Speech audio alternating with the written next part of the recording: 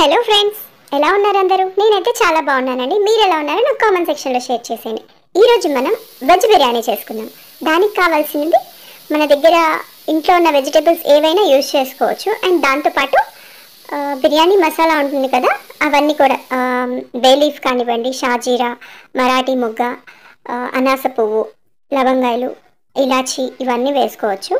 So మనం ఒక cooker తీసుకొని అందులో ఒక పెద్ద గరిట ఆయిల్ అండ్ ఇంకొక గరిట గీ, ఈ రెండు యాడ్ చేసుకోవాలండి. నెక్స్ట్ బిర్యానీ మసాలా మొత్తం అందులోకి వేసేసుకొని ఫ్రై చేసుకోవాలి. ఒక 2 minutes అవి సాట్ చేసిన తర్వాత మనం స్లైసెస్గా కట్ చేసుకున్న ఆనియన్స్ వేసుకొని ఫ్రై చేసుకోవాలి. ఇవి కూడా ఒక 2 minutes ఫ్రై చేసుకున్న తర్వాత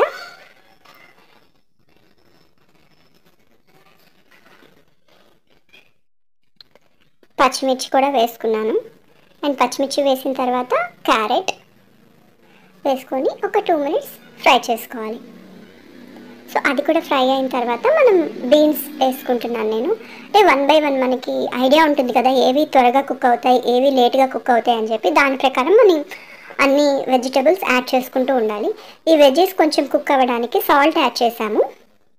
సో సాల్ట్ వేసిన తర్వాత కొంచెం మిక్స్ చేసుకొని ఫ్రై చేసుకోవాలి. తర్వాత ఒక లిడ్ పెట్టేసుకొని ఒక 2-3 minutes కుక్ అవ్వనివ్వాలి.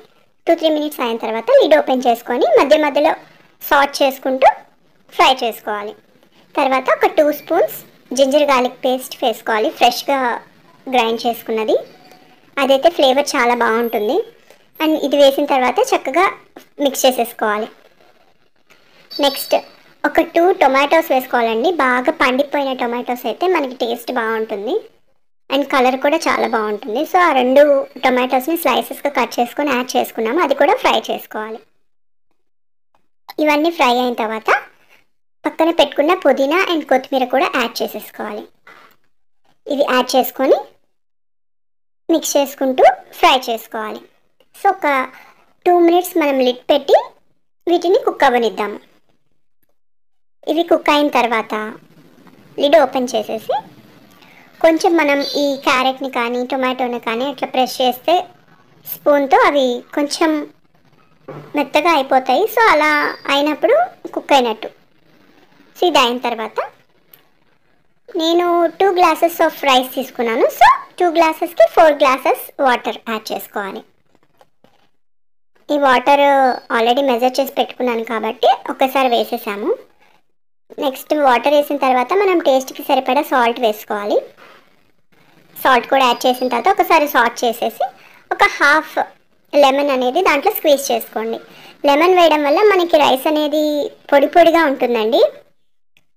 అండ్ లెమన్ కూడా యాడ్ చేసిన తర్వాత లిడ్ పెట్టేసి మనం బాయిల్ అవ్వనివ్వాలి. వన్స్ ఇట్లా వాటర్ అనేవి తెరిలిన తర్వాత మనం ముందే వాష్ చేసుకొని నానబెట్టుకున్న రైస్ ఉన్నాయి కదా, ఆ రైస్ని ఈ వాటర్లోకి యాడ్ చేసుకోవాలి. సో వాటర్లోకి కొంచెం కొంచెంగా యాడ్ చేసుకొని ఆ రైస్ మొత్తం యాడ్ చేసేసుకోవాలి. సో రైస్ యాడ్ చేసిన తర్వాత ఒకసారి కలిపేసి లిడ్ పెట్టేసి కుక్ అవ్వనివ్వాలి. నెక్స్ట్ మనకి ఈ రైస్ అనేది 90% కుక్ అయిన తర్వాత, అంటే వాటర్ మొత్తం పోయిన తర్వాత మనం దమ్కి పెట్టుకుందాం. లేదంటే నార్మల్గా ఇట్లా కూడా మనం ఫినిష్ చేసేసుకోవచ్చు. నాకేంటంటే ఇట్లా దమ్ పెట్టుకుంటే 90% కుక్ అయిన తర్వాత దమ్ పెట్టుకుంటే మనకి ఇంకా బాగుంటుంది ఆ ఫ్లేవర్ అనేది. దమ్ పెట్టేసి దాని మీద వెయిట్ పెట్టిన తర్వాత ఒక 10-15 minutes ఆగాక చూస్తే మనకి బిర్యానీ రెడీ అయిపోతుంది.